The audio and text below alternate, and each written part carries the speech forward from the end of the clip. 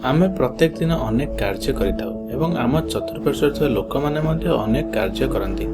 ଯେମିତି କି ଆମେ ପଢ଼ିବା, ଲେଖିବା କିମ୍ବା ସାଇକେଲ ଚଲାଇବା କିମ୍ବା ପାଣି ବୋତଲକୁ ଟେକିକି ନେବା ଏସବୁକୁ ମଧ୍ୟ ଆମେ କାର୍ଯ୍ୟ ବୋଲି କହିଥାନ୍ତି। କିନ୍ତୁ ବିଜ୍ଞାନ ଅନୁସାରେ ଆମେ ଯାହା କିଛି କରିଥାନ୍ତି ସବୁ ଜିନିଷକୁ କାର୍ଯ୍ୟ ବୋଲି କୁହାଯାଇ ନଥାଏ। ତେବେ କାର୍ଯ୍ୟ କାହାକୁ କୁହାଯାଏ ଆମେ ଦୁଇଟି ଉଦାହରଣ ଦେଖିବା। ଏକ ଦେଖ, ଏ ପ୍ରଥମ ଛବିରେ ଗୋଟେ ମଣିଷ ଗୋଟେ ବଡ଼ ପଥରକୁ ଠେଲୁଛି, କିନ୍ତୁ ସେ ପଥରଟି ତା ସ୍ଥାନରୁ ହଲୁନାହିଁ। କିନ୍ତୁ ଦ୍ୱିତୀୟ ଛବିରେ ଯେତେବେଳେ ଗୋଟେ ମଣିଷଟି ଛୋଟ ପଥର ଖଣ୍ଡିକୁ ଠେଲୁଛି, ଏ ପଥରଟି ଗୋଟେ ସ୍ଥାନରୁ ଅନ୍ୟ ଏକ ସ୍ଥାନକୁ ଚାଲିଯାଉଛି। ତେଣୁ ଆମେ କହିପାରିବା ଯେ ପ୍ରଥମ ଛବିରେ ଯେଉଁ କାର୍ଯ୍ୟ କରାଯାଉଥିଲା ତାହା କାର୍ଯ୍ୟ ନୁହେଁ, କିନ୍ତୁ ଦ୍ୱିତୀୟ ଛବିରେ ଯାହା ମଣିଷଟି ପଥରକୁ ଠେଲିଲା ତାକୁ କାର୍ଯ୍ୟ ବୋଲି କୁହାଯାଇଥାଏ। କାରଣ ପ୍ରଥମ ଛବିରେ ଯଦି ଆମେ ଦେଖୁଛନ୍ତି, ଯେତେ ବି ବଳ ପ୍ରୟୋଗ କଲା ପରେ ବି ସେ ପଥର ଖଣ୍ଡିକ ତା ସ୍ଥାନରୁ ଅନ୍ୟ ଜାଗାକୁ ସ୍ଥାନାନ୍ତରିତ ହେଉନାହିଁ। ତେଣୁ ସେଠାରେ କୌଣସି ବି କାର୍ଯ୍ୟ ହେଉନାହିଁ। ସାଧାରଣତଃ ଆମେ କହିପାରିବା ଯେ ପ୍ରଥମ ଛବିରେ ଲୋକଟି ପଥରକୁ ଠେଲିବା ପାଇଁ ଅନେକ ଚେଷ୍ଟା କରୁଛି, ଅନେକ ପରିଶ୍ରମ ମଧ୍ୟ କରୁଛି, କିନ୍ତୁ ଏଠାରେ କୌଣସି କାର୍ଯ୍ୟ ହେଉନାହିଁ। କିନ୍ତୁ ଦ୍ୱିତୀୟ ଛବିରେ ଯଦି ଆମେ କହିବା ମଣିଷଟି ପଥରକୁ ଠେଲିବା ପରେ ପଥର କିଛି ଦୂରତା ଅତିକ୍ରମ କରେ, ତାହେଲେ ଏଠାରେ ମଣିଷ କିଛି କାର୍ଯ୍ୟ କରୁଛି। ତେବେ ପଥର ଗୋଟେ ସ୍ଥାନରୁ ଅନ୍ୟ ସ୍ଥାନକୁ ସ୍ଥାନାନ୍ତରିତ ହେବା ଦ୍ୱାରା ମଣିଷ କିଛି କାର୍ଯ୍ୟ କରୁଛି ବୋଲି ଆମେ କହିବା।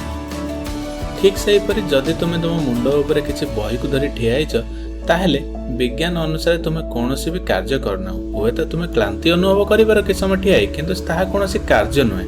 କିନ୍ତୁ ଯଦି ତୁମେ ବହିକୁ ଉପରକୁ ଠେଲି ଦିଅ, ଉପରକୁ ଉଠାଅ କିମ୍ବା ତଳକୁ ଆଣ, ତାହେଲେ ଆମେ କହିପାରିବା ଯେ ତୁମେ କିଛି ନା କିଛି କାର୍ଯ୍ୟ କରୁଛ, କାହିଁକି ନା ବହିଟା ସେମାନଙ୍କ ସ୍ଥାନରୁ କିଛି ଦୂରତା ଅତିକ୍ରମ କରୁଛନ୍ତି। ତେବେ ଚାଲ ଏହାକୁ ଆଉ ଏକ ଉଦାହରଣ ସହିତ ବୁଝିବା। ମନେକର ମୋ ପାଖରେ ଗୋଟେ ବାକ୍ସ ଅଛି ଏବଂ ମୋ ହାତରେ ତାକୁ କିଛି ଦୂରତାକୁ ଠେଲି ଦେଉଛି। ଯେତେବେଳେ ବାକ୍ସ ଉପରେ ମୁଁ କିଛି ବଳ ପ୍ରୟୋଗ କଲି, ସେ ବାକ୍ସଟି କିଛି ଦୂରତା ଅତିକ୍ରମ କଲି, ତାହେଲେ ଆମେ କହିପାରିବା ଏଠାରେ କିଛି କାର୍ଯ୍ୟ ହେଲା। ବୁଝିହେଉଛି? ଯେତେବେଳେ ଦୂରତା ଅତିକ୍ରମ କରି ବଳ ପ୍ରୟୋଗ କରିବା ଦ୍ୱାରା ତାହାକୁ କାର୍ଯ୍ୟ କୁହାଯାଇଥାଏ। ତେବେ ଚାଲ ଆଉ ଗୋଟେ ଉଦାହରଣକୁ ବୁଝିବା।